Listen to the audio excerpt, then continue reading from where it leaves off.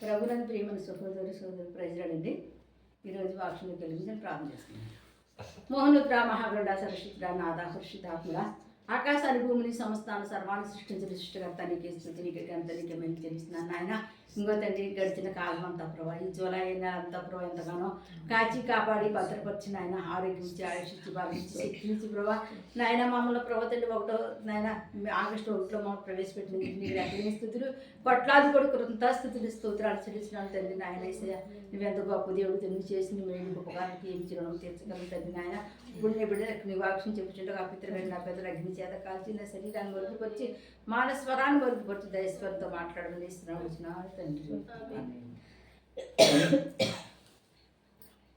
మరి ఈరోజు మన వాక్యం అంశం ఏంటండి, నీ దేవుడిని యెహోవాకు భయపడు. నీ దేవుడిని యెహోవాకు భయపడు. ద్వితీయోపదేశకాండము 10వ అధ్యాయం అండి, 12-14 వచనాలు. ద్వితీయోపదేశకాండము 10వ అధ్యాయము 12వ వచనం.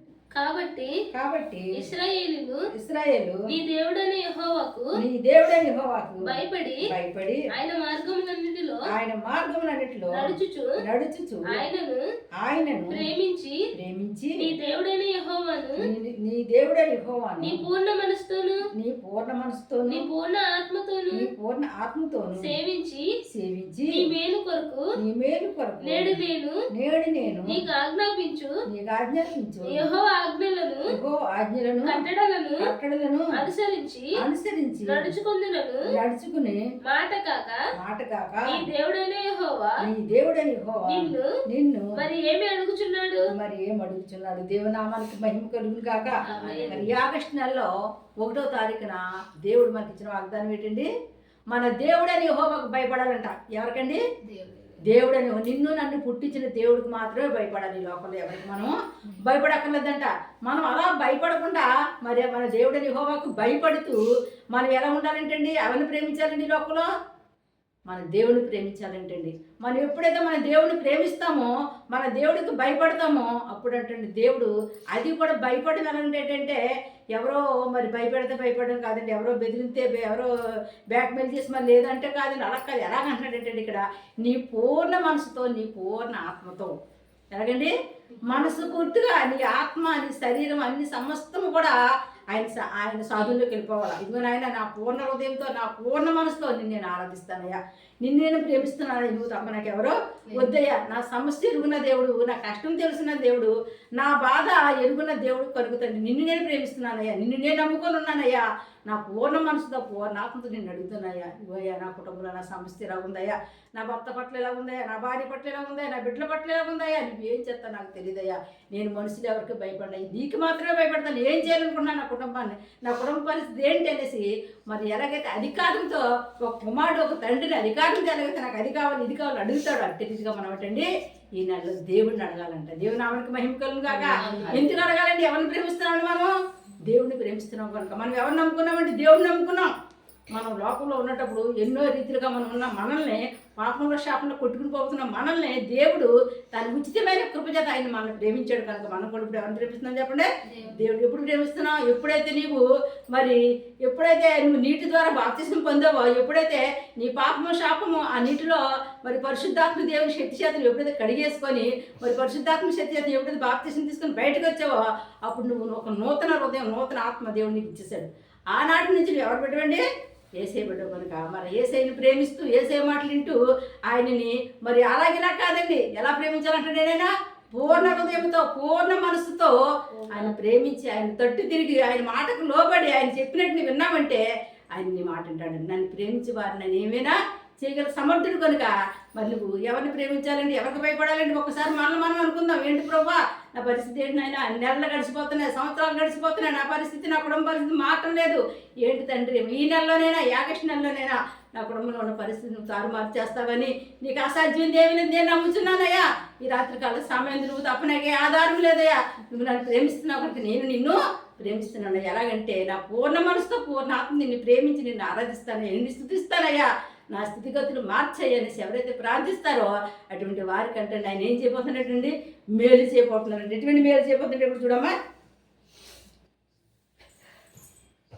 13 ఏమంటున్నాడండి?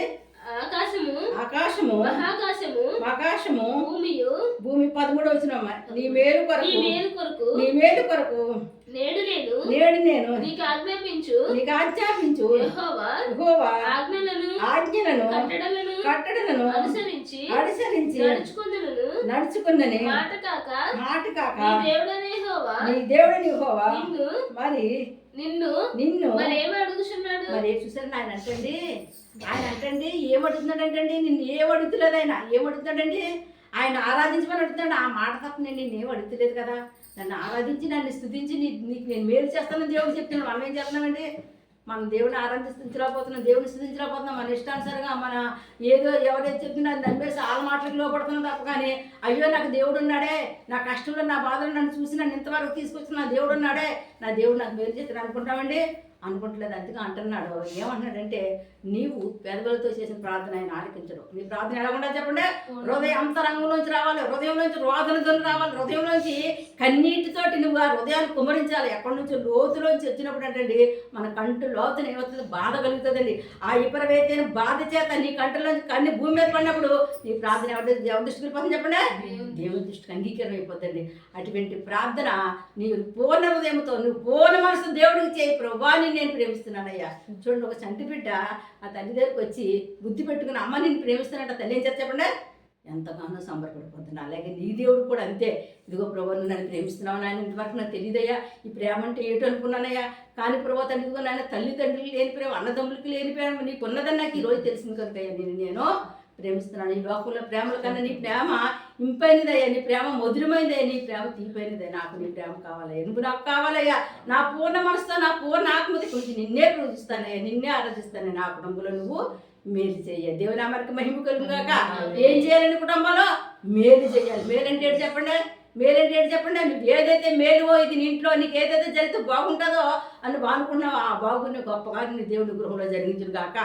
ఎందుకంటే మన దేవుడు జీవమగల దేవుడు.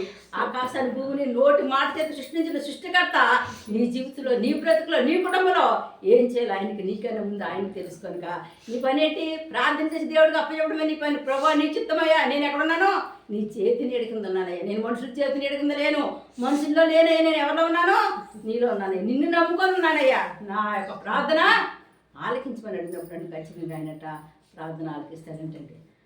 తల్లి తండ్రులకు లేని ప్రేమ ఉన్నది నా యేసయ్యకు, అన్నదమ్ములకు లేని ప్రేమ ఉన్నది నా యేసయ్యకు, తల్లి తండ్రులకు లేని ప్రేమ ఉన్నది నా యేసయ్యకు, అన్నదమ్ములకు లేని ప్రేమ ఉన్నది నా యేసయ్యకు, అందుకు నా జీవితం అంతా స్తుతింతును నా యేసయ్యను. స్తోత్రము స్తుతి స్తోత్రము హల్లెలూయా, స్తోత్రము స్తుతి స్తోత్రము హల్లెలూయా. తల్లి తండ్రులకు లేని ప్రేమ ఉన్నది నా యేసయ్యకు, అన్నదమ్ములకు లేని ప్రేమ ఉన్నది నా యేసయ్యకు. హల్లెలూయా. ఎవరికి లేదంటే ఈ లోకంలో తల్లికి, తండ్రికి, అన్నకి, దమ్ముకి, భర్తకి, భార్యకి లేని ప్రేమ ఎవరికి ఉందండి? దేవునికి ఉందండి. ఎందుకు ఉందండి దేవునికి? నిన్ను నన్ను పుట్టించాడు కనుక. నీ తల్లి నిన్ను కన్నప్పుడు ఆ కుమారుడు బాధపడినప్పుడు ఆ తల్లి ఎంతలాగైతే కొట్టుమిట్టు ఆడిపోద్దు, అలాగే నిన్ను పుట్టించిన దేవుడు నువ్వు కష్టంలో, బాధలో, ఊపిలో ఉన్నప్పుడు ఆయన కూడా అదే బాధ అనిపించి నేను ఆ ఊపిలోంచి ఎప్పుడు బయటికి లాగదాన్ని చూస్తాడు కనుక ఆయనకు లోబడి ఆయన్ని ప్రేమించు. ఇకనైనా మనుషుల మాట నమ్మవద్దు. ఎందుకంటే ఎవరికి భయపడమని చెప్పాడండి? దేవునికి భయపడమన్నాడు కనుక ఆయనకు భయపడు. అయ్య బాబోయ్ నా దేవుడు భయంకరుడు. ఎవరైనా మన దేవుడు భయంకరుడు. భయంకరుడు ఎందుకు వచ్చి చెప్పండి? ఐగుప్తు దేశంలో ఇశ్రాయేలు ఆ భయంకరమైన ఆ యొక్క ఐగుప్తుల చేతిలో, ఫరో చేతిలో బాధపడుతున్నప్పుడు ఆ దేవుడు చూసి భయంకరమైన కార్యాలు చేశాడంటే. ఏం కార్యాలు చేశాడు? భయంకరమైన కార్యాలు అంటే జరగమైన కార్యాలు. ఎర్ర సముద్రం 2 పాయలుగా అవుతుందని ఎవరు ఊహించలేదు. 2 పాయలుగా చేసేసాడు. మరి ప్రథమ కుమారుడు చనిపోతుందని ఎవరు అనుకోలేదు. ప్రథమ కుమారుడే కాదు, మరి ఆ దేశంలో ఉన్న ప్రతి ఒక్కరు ప్రథమ కుమారులు, పెదవావులు, దోళ్ళు ఎన్నుంటే అన్ని కూడా అర్థమైపోతే ఎవరు అనుకోలేదు. కానీ అటువంటి భయంకరమైన క్రియ ఎందుకు చేశాడు చెప్పండి? ఇశ్రాయేలుని ఐగుప్తు చేతుల నుంచి బయటికి తీసుకురావడానికి, దేవుని ఆరాధించడానికే, దేవుని స్తుతించడానికే, దేవుని నామాన్ని మహింపరచడానికే మహిమకరమైన కార్యాలు, అనేకమైన అద్భుత కార్యాలు చేసిన మహాభయంకరమైన దేవుడు మనం ఆరాధించినప్పుడు అంటే మన ప్రార్థన నిశ్చయంగా ఆయన ఆలకిస్తాడంటే. ఇక్కడ అంటున్నాడు చూడండి 14 వచనం చూడమ్మా. ఆకాశము మహాకాశము భూమియు భూమియు అందు అందున్నంత అంతయు అందున్నదంతయు నీ దేవుడే యెహోవావే. నీ దేవుడు ఏంటంటే ఆకాశం మహాకాశం భూమియు ఆ భూమి మీద ఉన్న సమస్తం కూడా అంటే ఎవరు ఏంటండి దేవుడే దేవుడు యెహోవా. అంటే ఆకాశ మహాకాశాల పైన ఆయన అత్యున్నతిని సువాసన మీద ఆయన ఆశీనుడై ఆయన ఉన్నాడండి. ఆశీనుడై ఉండగా కొట్లాడి కూడా దూతలు ఆయన స్థుతిస్తున్నాయంట. పరిశుద్ధుడు పరిశుద్ధుడు గాన ప్రతిగాన చేస్తున్నాయంట. 2 రెక్కలతో మొహం కప్పుకుంటాయంట, 2 రెక్కలతో కాళ్ళు కప్పుకుంటాయంట, 2 రెక్కలతో దేవుడు ఏం చేస్తాడు చెప్పండి స్థుతిస్తున్నాడంట. అయినప్పటికీ కూడా నువ్వు నేను చేసే స్థుతుల మీద ఆయన ఆశీనుడై ఉన్నాడు కనుక నువ్వు నేను చేసే స్థుతులను చూడటాకైనా ఆయన కనుదృష్టి మన వైపు చూపిస్తున్నారు కనుక మనం ఎలా ఉండాలి చెప్పండి మెలకువ కలిగి పూర్ణాత్మతో పూర్ణ మనసుతో మనం ఆరాధించినప్పుడు అంటే మన ప్రార్థన ఆయన ఆలకిస్తాడంటే. అందుకే అంటున్నాడు నీ దేవుడు యెహోవా సమస్తం ఎరుగున్న దేవుడు కదా. 15వ వచనం చదవమ్మా. అయితే యెహోవా నీ పితరులను ప్రేమించి వారి యందు ఆనందపడి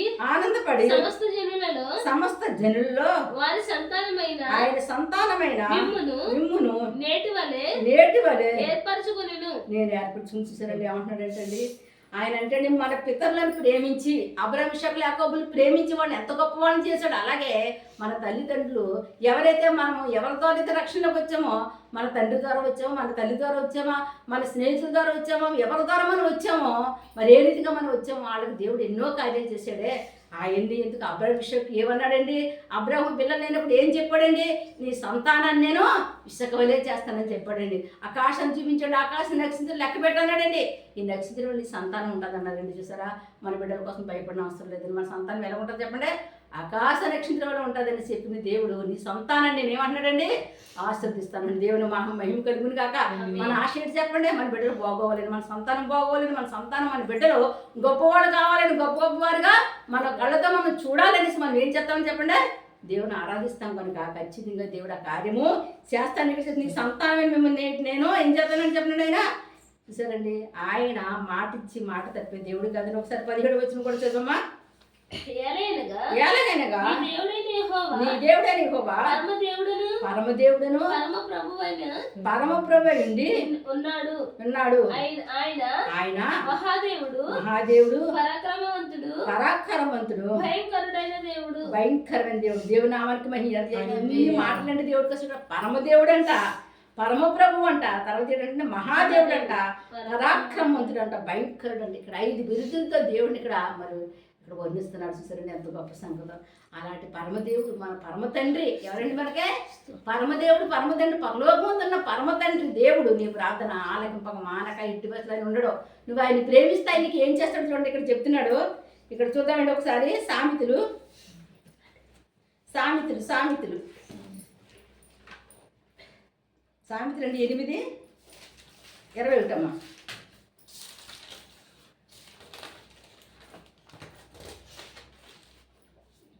నన్ను ప్రేమించు వారిని ఆస్తికర్తలుగా చేయుదును వారు నిధులను నింపుదును. దేవుని నామానికి మహిమ కలుగుగాక. ఏం చేస్తుందంటండి ఆయన ప్రేమిస్తే ఏం కలుగుతుందండి ఆయన నన్ను ప్రేమించి వారిని ఆస్తికర్తలుగా చేస్తాడండి. దేవుని నామానికి మహిమ కలుగుగాక. మనుషులు ప్రేమిస్తే ఏమి రాదండి. దేవుడు నువ్వు ప్రేమిస్తే దేవుడు నిన్ను ప్రేమిస్తే ఒక అందరం మీద కూర్చోబెట్టేస్తాడు ఆస్తికర్తగా చేస్తాడు. ఏంటి అమాంతంగా ఆస్తి వచ్చేసిందంటే అది నీ ఇష్టమా నా ఇష్టమా ఎవరు ఆస్వాదించాడంటే దేవుడు ఆస్వాదించాడు. నీ బిడ్డలు ఆస్వాదించబోతున్నాడు నిన్ను ఆస్వాదించబోతున్నాడు. నువ్వు ఊహించిన రీతిగా మరి ఆస్తికర్తలుగా చేయాలంటే ఆయన ఒక ఉన్నతమైన స్థానాన్ని బిడ్డలు నిలబెట్టాలి. అప్పుడు నువ్వు ఏమైపోతావు చెప్పండి ఒక ఆస్తికర్త పలానా ఆవిడ పలానా ఆయన అని చెప్పుకునే విధానం నీకు రావాలంటే నీకు ఏముండాలంటే వెనకాతలా ఆస్తి ఉండాలి. ఆ ఆస్తి కర్తగా నిన్నే చేస్తానండి. దేవుడి నామానికి మహిమ. దేవుడు అంత గొప్ప దేవుడు. ఎవరిని ప్రేమిస్తేనండి మనుషులు ప్రేమిస్తూ వస్తాయి ఇవన్నీ రావు. ఎవరిని ప్రేమిస్తూ వస్తాయండి దేవుడిని ప్రేమిస్తూ వస్తాయండి. ఇక్కడ తర్వాత అక్కడ చూద్దామండి. తర్వాత 10వ అధ్యాయము 8వ అధ్యాయం అమ్మ 17వ వచనం. సామెతలు 8:17 8:17 అండి. సామెతలు 8:17 చదవండి. నన్ను ప్రేమించు వారిని నేను ప్రేమించుచున్నాను. నన్ను జాగ్రత్తగా ఎదుగువారు నన్ను కనుగొందురు. సరే ఇక్కడ ఏం చెప్తున్నాడు అబ్బాయి ఎంత గొప్ప సంగతి. ఇక్కడ ఏమంటున్నాడండి నన్ను ప్రేమించే వారిని నేను ప్రేమిస్తానంట. సరే దేవుడు ఏమంటున్నాడు దేవుడే చెప్తున్నాడు. మనుషులు ఎవరు చెప్తున్నాడు ఏమంటున్నాడండి నన్ను ఎవరైతే ప్రేమిస్తారో వాళ్ళు నేను ప్రేమిస్తాను. నన్ను ఎవరైతే జాగ్రత్తగా ఎదుగుతారో వాళ్ళు నేనేం చేస్తానంటే ఆయన కనుక్కుంటాడు. అంటే నువ్వు ఏ కష్టంలో ఉన్నా, ఏ బాధలో ఉన్నా, ఏ దుఃఖంలో ఉన్నా, ఏ వేదనలో ఉన్నా ఆయన కనుక్కుంటాడు. నా బిడ్డ దుఃఖంలో ఉందా, ఆ వేదనలో ఉందా, కన్నీటిలో ఉంది, ఆ బిడ్డను ఆ యొక్క దుఃఖంలోంచి, ఆ బాధలోంచి, ఆ కన్నీటిలోంచి నేను బయటికి తీసుకురావాలని అనుకుంటానంటండి. దేవుడు అనుకుంటాడు. ఎందుకు? ఆయన నేను ప్రేమిస్తున్నాడు కనుక, నువ్వు ఆయన ప్రేమిస్తున్నాడు కనుక. సరే, ఎంత గొప్పది కదండి. మరి ఈ ఆగస్టు నెలలో దేవుని యొక్క ప్రేమ నీ మీద కావాలి, నీ బిడ్డ మీద ఉండాలి, నీ మీద ఉండాలి కనుక మరి నీ దృష్టి కూడా ఎవరి మీద ఉండాలండి?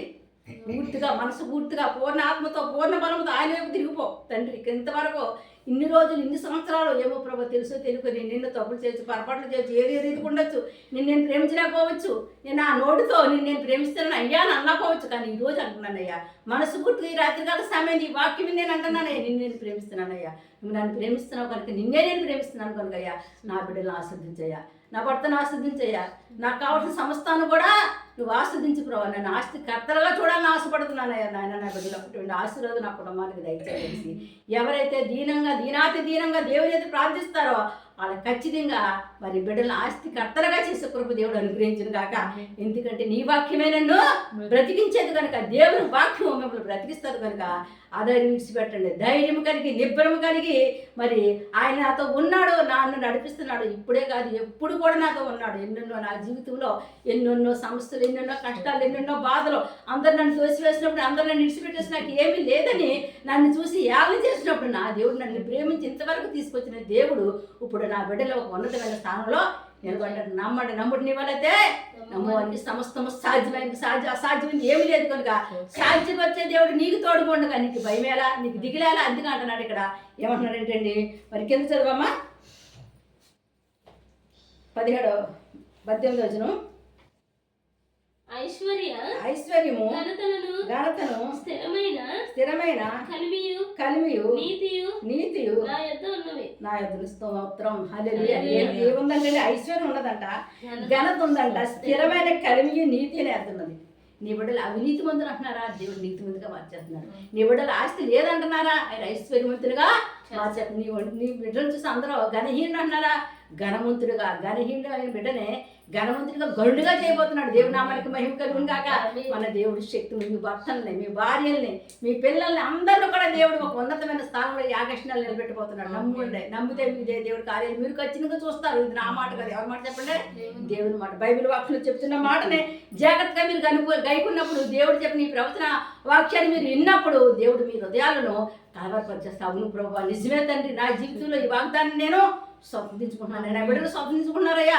నువ్వు నా బిడ్డలతో ఉన్నావు కూడా, నా బిడ్డలు ఆస్వాదించావు కనుక ప్రభు, నువ్వు ఆస్తి కర్తలుగా చేయటానికి నువ్వు ఒక నిర్ణయం తీసుకున్నావయ్యా. మనుషులు ఎన్ని అడ్డు పెట్టినా, మనుషులు ఏమి చేసినా నువ్వు ఇచ్చిన ఆశీర్వాదాన్ని వాళ్ళు ఎంత మాత్రమో తీసుకోలేరయ్యా, లాగలారయ్యా తండ్రి. నువ్వు ఉన్నావని నమ్మండి. నమ్ముటి వాళ్ళ దేవుడికి ఒక కృపను మీరు పొందుకుంటారు కనుక ఇక్కడ మరి ఈ యొక్క గొప్పగా దేవుడు చెప్పిన తర్వాత మళ్ళీ ఏమంటున్నాడు తెలుసా అంటే ఇక్కడ చూద్దాం. ఎస్సీ అండి 43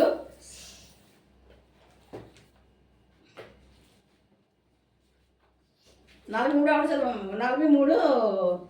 4 చదవమ్మా. నీవు నా దృష్టికి గరుడవైతివి. నేను నిన్ను ప్రేమించుచున్నాను గనుక నీకు ప్రతిగా మనుషులను అప్పగించుచున్నాను.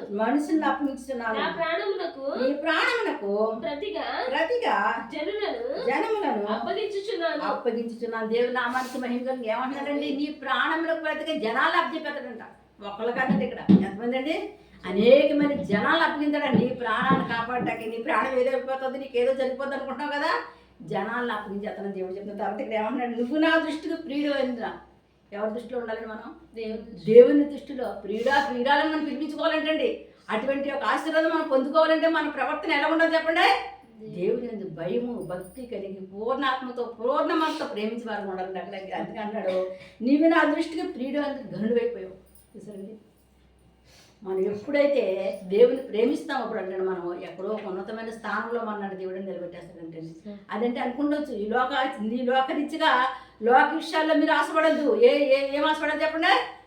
మరి బైబిల్ గ్రంథంలో ఒక తల్లి అన్నదంటే యేసుప్రభు దగ్గరికి వెళ్ళి, అయ్యా మరి పరలోక రాజ్యం వెళ్ళక ముందు ఒక ఆశ, నీ యొక్క పరలోక రాజ్యం వెళ్ళినప్పుడు నీ యొక్క మరి సింహాసనం మీద కుడి పక్కన ఒక కుమారుడు, ఎడం పక్కన ఒక కుమారుడు ఉండాలని ఆశపడుతున్నాను ఏంటంట. సరే, ఎంత గొప్ప సంగతం. ఆవిడ ఆశ ఏంటంటే తల్లి బిడ్డలో ఉండిపోవాలంట, ఒక పక్కన కుడి పక్కన ఒకలో ఎడం పక్కన ఒకలో. ఎంత ఆశపడ్డదండి ఆవిడ, చూసారా? అప్పుడు దేవుడు ఏమన్నాడండి, అది నా చేతిలో లేదు, నా తండ్రి ఆధీనంలో అది ఉందని దేవుడు చెప్పాడంట. అలాగే ఇప్పుడు మరి ఇవన్నీ కలగాలి, ఎన్ని చెప్పిన దేవుడు మాటలు నీకు జరగాలంటే ఎవరు ఆధీనంలో ఉండాలండి? దేవుడు ఆధీనంలో ఉండాలి. నువ్వేం చేయాలి? దేవుడు చేస్తాడని నమ్మి వాక్యాన్ని విశ్వసించి ప్రార్థన మాత్రమే చేయాలి. వాక్యాన్ని ఏం చేయాలి? నమ్మాలి. ఆ వాక్యం నేను ఏం చేస్తా చెప్పండి, బ్రతికించేస్తుంది అనమాట. ఇక్కడ అంటున్నాడు చూసారా, నీవు నా దృష్టికి ప్రియుడైన గండువతి, నేను నిన్ను ప్రేమించున్నాను కానీ ప్రతిగా మనుషులు అప్పగించేస్తాను. దేవుడు నామానికి మహిమ కలుగుగాక. మనల్ని దేవుడు ప్రేమిస్తేనే మనుషులు ప్రేమిస్తారు. దేవుడు ప్రేమించకపోతే మనుషులు మనల్ని ఎంత మాత్రమో ప్రేమించరు. ఆ సమయానికి ఎవరో ఒక రూపంగా దేవుడిని ఆకలి తీరుస్తాడు, ఎవరో ఒక రూపంగా నీ సమస్య తీరుస్తాడు, ఎవరో ఒక రూపంగా నువ్వు అలా వెళ్ళిపోతూ ఉంటే ఆ నువ్వు నల్లలేని పరిస్థితిలో పడున్నప్పుడు ఎవరో ఒకరు వచ్చి నీకు సహాయం చేస్తారు. దేవుడు నామానికి మహిమ కలుగుగాక.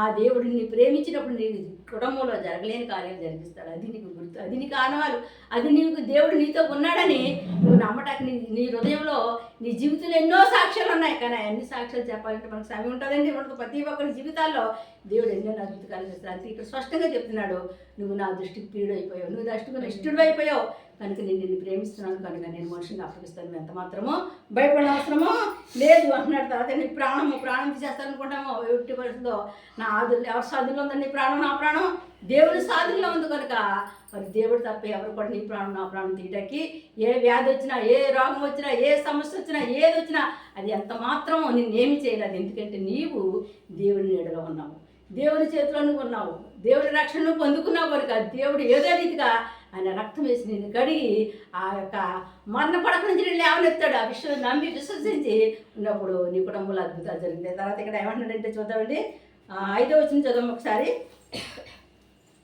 భయపడకము నేను నీకు తోడై ఉన్నాను, తూర్పు నుండి నీ సంతానమును తెప్పించెదను. దేవుని నామానికి మహిమ. ఏమంటున్నాడండి ఇక్కడ చూసారా? అబ్బాయి ఎంత గొప్ప సంగతి అండి. ఏమంటున్నాడండి, భయపడకు నేను నీకు తోడుగా ఉన్నాను, నీ సంతానం నేను రప్పిస్తాను, నీ సంతానం నీకు కావాల్సింది నేను రప్పిస్తాను, నీ బిడ్డకి ఏం కావాలి నేను రప్పిస్తాను. మనుషుల వల్ల కాదండి ఏది కూడా. దేవుడు ఆయన తలించాడంటే, ఆయన ఆలోచన చేశాడంటే, నిన్ను దీవించాలంటే, నిన్ను అందరం ఎక్కించాలంటే ఎక్కడో అరణ్యంలో ఆ అడవిలో ఆ గొర్రెలు కాసుకున్న దావీదుని ఎవరు చూశాడండి? మనుషులు చూడలేదు, తల్లి చూడలేదు, తండ్రి చూడలేదు, అన్నదమ్ములు చూడలేదు, ఎవరు చూడలేదు. ఎవరు చూసారు చెప్పండి? దేవుడు చూశాడు. అరణ్యంలో గొర్రెలు కాసుకున్న గొర్రెల కాపరిని ఎక్కడ ఎక్కించాడు చెప్పండి? సింహాసనం ఎక్కించి ఇశ్రాయేలు ప్రజల్ని 40 సంవత్సరాలు పరిపాలించే రాజుగా మార్చేశాడు. దేవునామానికి మహిమ కలుగును గాక. నీ బిడ్డలను అట్టి రీతిగా దేవుడు ఆస్వాదించబోతాడు. నమ్ము, విశ్వసించు. ఎవరో ఏవో చెప్తున్నారో వాళ్ళ మాటలు మాత్రం ఎంత మాత్రం నువ్వు ఎంచకూడదని భయపడకండి అంటున్నాడు. యెహోవాకు మాత్రమే భయపడమన్నాడు. ఎవరికండి? నీ దేవుడు చెప్పాడా నీ పిల్లల గురించి అప్పుడు భయపడు, అంతే తప్ప. కానీ ఎవరు ఏదన్నా ఎట్టుకొస్తే నువ్వు భయపడకో. నీకు దేవుడు చేసిన వాగ్దానాలు ఉన్నాయి, నీకు దేవుడు చేసిన దర్శనాలు ఉన్నాయి, దేవుడు నీకు చూపించిన కార్యాలు, నువ్వు చూసిన కార్యాలు ఉన్నాయి కనుక ఎన్నాన్ని విశ్వసించి ముందుకు సాగిపో. నువ్వు జరగలేని కార్యాలు జరుగుతాడు. నీ జీవితంలో అద్భుత ఆశ్చర్యకార్యాలు నువ్వు చూస్తావు. దేవుడు నిన్ను ఎందుకు చూస్తావంటే దేవుడు నిన్ను ప్రేమిస్తున్నాడు కనుక, ఆస్తి కర్తగా చేస్తున్నాడు అన్నాడు కనుక అటువంటి కృపను ఉద్యోగాలు ఇస్తాడు, వ్యాపారాలు దేవుడు అభివృద్ధికాలు చేస్తాడు, వివాహం కాని బిడ్డలకి వివాహాలు జరిపిస్తాడు. అన్ని విషయాల్లో కూడా ఆయన ఏం చేస్తాడంటే అభివృద్ధిని కలుగజేసే శక్తివంతుడైన దేవుని మనం కలిగి ఉన్నాం కనుక దేనికి భయపడక్కర్లేదు. ఇంకొక చిన్న వాక్యం చెప్పిన తర్వాత మనం ఉంచేసుకుందామండి. తర్వాత ఇక్కడ చూద్దామండి 18వ వచనం కూడా ఒకసారి. 43:18 మునుపటి వాటిని జ్ఞాపకం చేసుకోండి, పూర్వకాలపు సంగతులను తలంకించుకొనుడి. ఇదిగో నేను ఒక నూతన క్రియ చేయుచున్నాను, ఇప్పుడే అది మొలుచును. మీరు దానిని ఆలోచింపరా. దేవుడు ఏమంటున్నాడు తెలుసండి? మునుపు జరిగిపోయిన వాటిని మీరు జ్ఞాపకం చేసుకుని వదిలేయండి. ఈ రోజు నుంచి మునుపు వాటిని అన్నిటిని మీరు మర్చిపోండి. ఏం చేస్తానన్నాడు? ఇదిగో నేను ఒక నూతన, నీ జీవితంలో నా జీవితంలో ఒక నూతన క్రియ జరుగుతున్నాడంట. ఆ చెట్టు ఒక విత్తనం భూమిలో వేసినప్పుడు అది ఎలాగైతే మొలకెత్తుతుందో అది ఎవరికైనా తెలుసండి? అలాగే దేవుడు నీ పట్ల, నీ కుటుంబం పట్ల, నీ బిడ్డల పట్ల సంకల్పం కలిగి ఉన్నాడు కనుక అది ఒక్కసారి ఆ విత్తనం ఎలాగైతే పైకి వచ్చినప్పుడు మరి ఎంత చక్కగా మరి ఆ సిగురుతో ఎంత బాగా ఇదేంటి నిన్నటి వరకు ఎలా ఉన్నది, సిట్టు ఎంత చక్కగా ఎలా వచ్చింది భూమిలో వచ్చి ఆశ్చర్యపోతారు. అట్టి రీతిగా నీ బిడ్డలను చూసి ఆశ్చర్యపోయే రోజులు వస్తానంట. అలాంటి ఆలోచన అంటే ఎవరు చేస్తున్నారండి? దేవుడు చేస్తున్నాడండి. ఇక్కడ స్పష్టంగా చెప్తున్నాడు. చూసారు ఏమంటున్నాడు ఏంటండి, ఇదిగో నేను ఒక నూతన క్రియ చేసిన ఇప్పుడు అది మీ మనసును మీరు దాన్ని ఆలోచింపరా అడుగుతున్న ప్రశ్న ఎత్తున్నాడు. ఏమంటాడండి, మీరు ఆలోచించరా, నేను చేసిన కార్యాలు, నేను చేసిన అద్భుతాలు, నేను చేసిన ఆశ్చర్యాలు మీరు మీరు మునుగు చూశారు కదా, ఇప్పుడు ఎందుకు మీరు తొందరపడుతున్నారు? మర్చిపోండి, ఇప్పుడు వాటిని మర్చిపోండి. మీ జీవితంలో, మీ బిడ్డల జీవితంలో నూతన క్రియ, నూతన అధ్యాయాన్ని నేను ప్రారంభిస్తున్నాను. మనుషులు ప్రారంభించడం కాదు. ఎవరు ప్రారంభించాలి మన జీవితాల్లో? దేవుడే ప్రారంభించాలి. అలాగే ఒక కార్యం ప్రారంభిస్తాడంట, అది భూమిలో ఉంది. అది ఎప్పుడు చేస్తుందంటే ఇప్పుడు మొలుస్తుందంట. మొలిసిన తర్వాత అప్పుడు తెలుస్తుంది, అంతవరకు భూమిలో ఉండవలసిందే. ఆ భూమిలో ఆ విత్తనం ఎన్నాళ్ళైనా ఉంటుందంట. ఎన్ని రోజులైనా సరే భూమిలో ఉన్న విత్తనం ఎన్ని రోజులు ఉంటుందంట. కొన్ని విత్తనాలు ఏం చేస్తే వెంటనే మొలుస్తాయి, కొన్ని విత్తనాలు సంవత్సరాల తరబడి ఆ విత్తనాలు మొలమంట. కానీ ఒక రోజు ఎందుకు పొలమండి, అవి భూమిలో బాగా పాతిపోయింది. చాలామంది దాని మీద బురద మట్టి అన్నీ వేయడం వల్ల అది లోన మట్టి బురదలో ఉండిపోయింది, అది పైకి రావట్లేదు. వచ్చిందంట ఒక రోజు తుఫాను వచ్చిందంట. ఒక రోజు ముందు వర్షం వచ్చిన తర్వాత, గాలి వచ్చిన తర్వాత, అనుకోకుండా పెద్ద తుఫాను వచ్చిన తర్వాత భయంకరమైన నీరు వర్షం వచ్చిందంట. వర్షాన్ని శుభ్రంగా అన్నీ ఈ పైన ఈ బురద మట్టి అన్నీ కొట్టుకుపోయి అంట. అప్పుడంట ఆ విత్తనానికి ఏం కలిగింది చెప్పనంటే సిగురు వచ్చిందంట. అంతవరకు అనుకున్నారంట ఈ భూమిలో విత్తనం ఎప్పుడో మా తాత వేసేటప్పుడు అనుకోకుండా విత్తనమా పైకి వచ్చింది. మా బాబు వేసో చెట్టు వెళ్ళిపోయాడు, ఇది ఇప్పుడు కాయ కాసిందంట. చాలా మంది ఎక్కడ విన్నారంట. అట్టి రీతిగానే నీ కుటుంబంలో దేవుడు అటువంటి కార్యం చేయబోతున్నాడు. ఈ బురద, ఈ కష్టము, ఈ బాధ, ఈ వేదన ఇక నీకు ఉండదు. అవన్నీ దేవుడు చూసేస్తాడు. గాలి తుఫాను చేత, వరద చేత ఎరగతి కొట్టుకుపోతాయి, అలాగే సమస్యలన్నీ కొట్టుకుపోతాయి. మరి దేవుడు ఒక మంచి ఒక కృపను మీరు పొందుకుంటారో అప్పుడు నీ బిడ్డలను ఆస్తికర్తలుగా మీరు చూడబోతారు. దేవుని నామానికి మహిమ కలుగును కాక. మన దేవుడు గొప్పవాడు కనుక మన దేవుడికి భయపడి ఆయన్ని ప్రేమించి పూర్ణాత్మతో పూర్ణ మనసుతో ఆయన్ని మరి ఆరాధిద్దామండి. దేవుడికి కొద్ది మాటలు దీవించిన ప్రార్థన చేసుకుందామండి. మోహనుతుడా, మహాగరుడా, సరస్వతి ఆకర్షణ ప్రభు నాయన ఏసే నీ దేవుడికి భయపడమన్నది ప్రభా. నీకు భయపడే కృప మాకు దయచేయండి ప్రభు నాయన. ఏసే మనుషులకు భయపడుతున్నావా, మనుషులకు ఒగ్గుతున్నావు తండ్రి నాయన. ఏసయా నాయన పరిశుద్ధ కార్యక్రమం నుంచి బాబయ్య నీకే భయపడతాను తండ్రి. ఎందుకంటే ప్రభు నా జీవితంలో, మా జీవితాల్లో ఎన్నో అద్భుత కార్యాలు, ఎన్నో ఆశ్చర్యకార్యాలు చేస్తున్న దేవుడు అయ్యా నాయన. నువ్వు గొప్ప దేవుడు అయ్యా. నా బిడ్డలు ఆస్వాదిస్తావయ్యా, మమ్మల్ని ఆస్వాదిస్తావయ్యా నాయన. ఎంతమంది ఎంత ప్రభు తండ్రి ఆల్రెడీ ప్రజలు ప్రభు నాయన కన్నీరు కారిస్తూ ప్రభుత్వం తండ్రి నాయన ఆల్రెడీ ప్రార్థన చేస్తున్నారు ప్రభా. ఆ కన్నీటిని దాటిపోవద్దు పరిశుద్ధాత్మడానికి స్థుతులు స్తోత్రాలు. పరిశుద్ధాత్మ ఈ రాత్రికి వెళ్ళస్తామేంది బాబు. ఏ ఆల్రెడీ ప్రజలు ప్రభు ఓ నాయన, ఓ నీ బిడ్డల రోదనతో ఆలకించి ప్రభు తండ్రి నాయన రక్షక నాది ఒక నూతన అధ్యాయాన్ని ప్రభు తండ్రి నాయన. తండ్రి నాయన వాళ్ళ జీవితాల్లో మొలిపించమని అడుగుతున్నాను తండ్రి. గో తండ్రి మునుపుడు వాటిని జ్ఞాపకం చదువుతాను. పాత జీవితాన్ని పాతి పెట్టి నూతనంగా దేవుడు నా కుటుంబంలో ఒక అద్భుతాన్ని చేయబోతున్న ఆస్తి నీ బిడ్డలకు వేస్తున్నాములో కలుగును గాక. అడ్డులు తొలగిపోను గాక, ఆటంకాలు తొలగిపోను రక్తుల కుటుంబంలో ప్రభు నాయన వ్యాధులతో బిడ్డల పట్ల ప్రభు తన భర్త పట్ల తండ్రి నాయన తండ్రి భార్యల పట్ల తండ్రి వ్యాధులతో దుఃఖంతో బిడ్డలు వేస్తున్నాములో విడుదల కలుగును గాక తండ్రి నాయన. ఇగో తండ్రి ఎవరిస్తున్న బిడ్డల ప్రభు తండ్రి సాతాను ప్రభు అనేకమైన సిక్కులతో సిక్కి పెట్టేస్తున్న సాతాను వేస్తున్నాములో గద్దించి బంధించినట్టున్నాడు తండ్రి. ప్రతి కుటుంబానికి శాంతి కలుగును గాక, సమాధానం కలిగి శ్రీగర్ శక్తులు సైతాన్ని శత్రులు శుద్ధ వేస్తున్నాములో పారిపోయిన దారా దిరిశారా మరి కందారి కోరి దబరా నారా దిరిశారా దిరికరా దవరా దారా దిరిశారా దిరికంద వేసి శత్రుగా నామలో నదిలే శత్రు శాతన కట్లు తెంపబడిన రక్తుల పరిశుద్ధాత్మ తండ్రి నాయన. కుటుంబంలో శాంతి సమాధానం లేకపోతే బిడ్డల పట్ల తండ్రి నాయన క్రీచేతన సాతానాన్ని వేస్తున్నాములో గదిస్తున్నాను, బంధిస్తున్నాను. ప్రతి కుటుంబానికి విడుదల కలుగులుగా, బిడ్డల జీవితాల్లో ఎలుగు కలుగులుగా, చీకటి పారిపోయి వేస్తున్నట్లు తండ్రి. ఉద్యోగాలు వచ్చింది కాక, వివాహాన్ని బిడ్డకి వివాహాలు జరిగింది కాక తండ్రి నాయన. వివాహాలైన బిడ్డకు ప్రభు తండ్రి నాయన రక్షక శాంతి సమాధానం కలిగింది కాక తండ్రి. రక్షక నాద భార్య భర్తల నుంచి గొడవలతో ఉన్న బిడ్డల ప్రభు తండ్రి విడుదల పొందుకుందిగా వేస్తున్నాము తండ్రి. గర్భాలైన బిడ్డకి యెహోవా దేవుడు గర్భఫలం అనుగ్రహించిన వేస్తున్నట్లు పరిశుద్ధాత్ముడా మీరు సహాయం చేయవచ్చు తండ్రి నాయన. వేసే ఉద్యోగాలు ఇచ్చే ప్రభు పరిశుద్ధ రాస్తున్నారు తండ్రి. ఆ విషయంలో ప్రభు నీ బిడ్డలు ఉద్యోగాలు ప్రభు పొందుకునే కృప యేసునామములో కలుగును గాక తండ్రి. గర్భఫలం నుంచి బిడ్డ తగిన సమయంలో ఆరోగ్యం బిడ్డ కృప దయచేయండి. ఈ రోజు ఎవరైతే ఆపరేషన్ చేసుకున్నారో ప్రభు వాళ్ళకి మంచిగా ఆపరేషన్ చేసి క్షేమంగా చూస్తుందిగా గృహాలకు వచ్చి కృప దయచేయమని నడుచున్నాడు తండ్రి నాయన. రక్షక నాద పరిశుద్ధాత్మ ఎంతమంది హాస్పిటల్లో ఉండి బాబు ఇదిగో మా భర్తల కోసం తండ్రి నాయన ప్రార్థించేమని మా ప్రార్థన గోపులను ఫోన్ చేసి ప్రార్థన చేసుకుని బిడ్డలు మీరు జ్ఞాపకం చేసుకోమని నడుచున్నాడు తండ్రి నాయన. వారిని ప్రభావ మరణ పడక నుంచి విడిపించి తండ్రి క్షేమంగా చూస్తుందిగా గృహాలకు తీసుకురామని నడుచున్నాడు. ఇన్ఫెక్షన్ తోటి మాతాన్ని కూడా ఉన్నారు తండ్రి. వాళ్ళు లేవనెత్తి క్షేమంగా గృహాలు తీసుకురామని నడుచున్నాడు నాయన. యేసు రక్షక, యేసునాథ, యేసు పరిశుద్ధాత్ముడా దయగల తండ్రి నీ బిడ్డల పట్ల దయ చూపించు, కృప చూపించు, కరుణ చూపించు ప్రభావ. ఆర్థిక పరుని ఇబ్బందులతో ఉన్నారు, ఆర్థిక పరుని సహాయం అందక తండ్రి నాయన. రక్షక నాద పరిశుద్ధం ఉన్న బిడ్డలకు వేస్తున్నాములో వాళ్ళకి అందమైన సన్నిధి నాయన మంచిగా అందే కృప వేస్తున్నాములో కలుగుతుంది తండ్రి. ఆర్థిక పరమైన సహాయం అందజేయండి బాబు తండ్రి నాయన. తండ్రి రాజా రక్షక నాదా పరిశుద్ధాత్మడా నీకు స్తుతులు స్తోత్రాలు చెల్లించినాను తండ్రి. రిక్షా డ్రైవర్ కంటే విమాన డ్రైవర్ నీ కృప నీ కాపుదల నుంచి ప్రతి బండి ముందు మీరు క్షేమగా సురక్షితంగా వాళ్ళ గృహాలకు తీస్తున్నామని అడుగుతున్నాను నాయన. అందరిని జీవించడం, అందరిని ఆస్వాదించి ప్రతి చారిత్రక సంఘాలు జ్ఞాపకం చేసుకోండి, ప్రతి సేవకులు జ్ఞాపకం చేసుకోండి. పరిశుద్ధాత్మ ప్రతి విశ్వాసంలో ఉన్న ప్రభు ఆచరణ చేస్తున్నాము కొట్టివేమని అడుగుతున్నాను తండ్రి నాయన. నీ శాంతి నీ సమాధానం ప్రతి ఒక్కరికి దయచేయండి ప్రభు తండ్రి నాయన. గృహాలేని బిడ్డలకు గృహాలు అనుగ్రహించిన భావ్య, చర్చి లేని బిడ్డలకు చర్చలు అనుగ్రహించిన పరిశుద్ధాత్మడా సహాయం చేయండి. అన్ని విషయాలు మేలు చేయండి, దీవించండి, ఆశ్రదించండి. రక్షణ లేని బిడ్డకు రక్షణ దయచేయమని అడుగుతున్నాను తండ్రి. పరిశుద్ధాత్మ దయచేయండి అయ్యా. అన్ని విషయాలు నీ బిడ్డలకు మేలు చేయండి, దీవించండి, ఆశ్రదించమని తండ్రి బిడ్డల ప్రభు తండ్రి నాయన. జ్వరాలతో రంపులతో ఉన్నారు ప్రభు నాయన.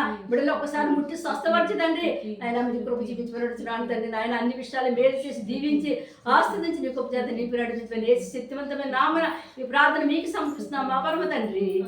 ఆమేన్. God bless you.